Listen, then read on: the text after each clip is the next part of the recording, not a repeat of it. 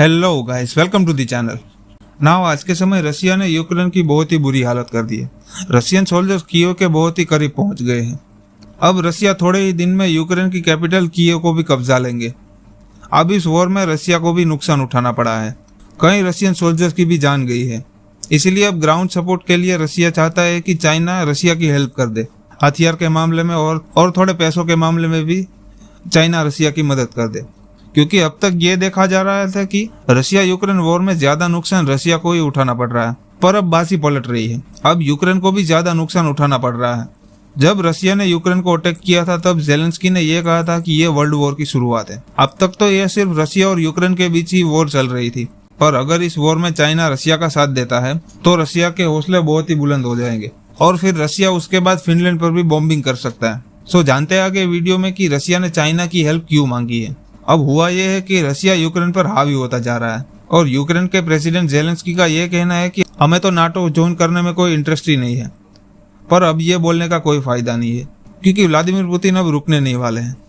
Putin का plan कुछ और ही है। अब पुतिन की डिमांड बढ़ती जा रही है। अब पुतिन का कहना यह है कि फिनलैंड, नॉर्वे और स्वीडन भी नाटो को ज्वाइन ना करे, वरना रसिया फिनलैंड, नॉर्वे और स्वीडन पर भी हमला कर देगा। यूक्रेन में अब रसिया ने काफी इन्वेजन कर ली है। प्राइमरली रसिया को चाइना की हेल्प चाहिए और रसिया को मेनली चाइना से टैंक और आर्टिलरी हथियार ही चाहिए, क्योंकि अभी भी रसिया की एयरफोर्स स्ट्रॉन्ग है। और रसिया ने चाइना से इकोनॉमिक असिस्टेंस की भी बात की है, क्योंकि रशियन आर्मी यूक्रेन में काफी अंदर तक घुस चुकी है और अब रसिया कीव को चारों तरफ से घेर रहा है और कीव को चारों तरफ से ब्लॉक करके भी रखना होगा, क्योंकि किसी भी कंट्री में इन्वेजन करना और उस पर कब्जा करना एक अलग बात है। अब रसिया को यहाँ पर कीव को चारों दिशाओं से कंट्रोल करना होगा और इस काम में रसिया को काफी मुश्किलों का सामना भी करना होगा, क्योंकि ये इतना आसान नहीं है। अगर कीव को रसिया ने कंट्रोल कर लिया फिर रसिया यूक्रेन को आसानी से गिरा सकता है और इस काम के लिए रसिया को चाइना की हेल्प चाहिए।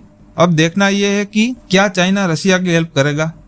अगर चाइना ने रसिया की हेल्प कर दी तो वर्ल्ड वॉर की संभावना और भी बढ़ जाएगी और अमेरिका ये बिल्कुल भी बर्दाश्त नहीं करेगा कि चाइना रसिया की हेल्प कर रहा है। इस मामले पर यूएस का ऐसा रिएक्शन था कि चाइना ने रसिया की हेल्प की तो यूएसए चाइना पर भी सैंक्शन लगा देगा।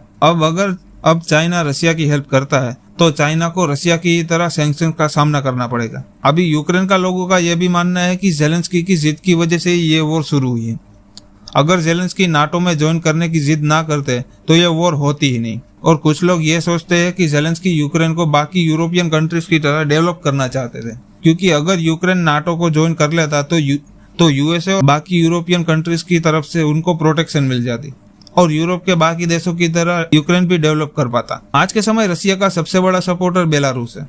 बेलारूस तो शुरू से ही रसिया के साथ ही था और उन्होंने अपने देश से ही रशियन सोल्जर्स को यूक्रेन में एंट्री करने के लिए भी सपोर्ट किया था। अब मोस्ट प्रोबेबली रसिया यह चाहता है कि चाइना की हेल्प मिल जाए, क्योंकि हिस्टोरिकली चाइना और रसिया के रिलेशन बहुत ही अच्छे थे। रसिया चाइना का ट्रेड भी अच्छा होता था और रसिया कई बार अपने एडवांस फाइटर जेट्स और दूसरे कई मिलिट्री डिफेंस के सामान भी चाइना को बेच चुका है। अब हाल ही में रसिया ने यूक्रेन के वेस्टर्न पार्ट को बहुत ही बुरी तरीके से बॉम्ब किया है, क्योंकि जो भी वेस्टर्न कंट्रीज यूक्रेन को सपोर्ट कर रही थी, जैसे कि गन्स भेज कर सपोर्ट करती थी, सभी गन्स की सप्लाई यूक्रेन के वेस्टर्न पार्ट से ही आ रही थी और दूसरे देश के लोग जो यूक्रेन की तरफ से रसिया के अगेंस्ट लड़ने आ रहे थे वो भी यूक्रेन के वेस्टर्न पार्ट से ही आ रहे थे। और यूक्रेन के वेस्टर्न पार्ट में यूक्रेन का एक बेस भी था जहां रसिया ने बहुत ही बड़े स्केल पर बॉम्बिंग कर दी, क्योंकि अगर रसिया को कीव को चारों तरफ से ब्लॉक करना है तो रसिया को यूक्रेन की सप्लाई रोकनी होगी। अगर चाइना ने रसिया की हेल्प की तो क्या पता रसिया फिनलैंड पर भी हमला कर दे। शायद चाइना यूएस के सैंक्शन के डर से रसिया की हेल्प ना भी करे। और यूएसए में चाइनीज स्पोक्समैन का तो ये भी कहना है कि हमने ऐसी कोई बात सुनी ही नहीं है और चाइना अगर फिर भी यूएस के अगेंस्ट जाकर रसिया की हेल्प करता है तो ये वॉर वर्ल्ड वॉर की तरफ जाएगी। और हम तो यही प्रे करते हैं कि न्यूक्लियर वॉर ना हो, वरना कोई नहीं बचेगा। अगर चाइना इस वॉर में कूदता है तो फिर डेफिनेटली यूएसए और नाटो भी इस जंग में कूद सकते हैं। फिर तो ये war Russia China versus NATO हो जाएगी। सो वी होप कि ऐसा कुछ ना हो और रसिया यूक्रेन का इशू स्टॉप हो जाए। So see you in the next video.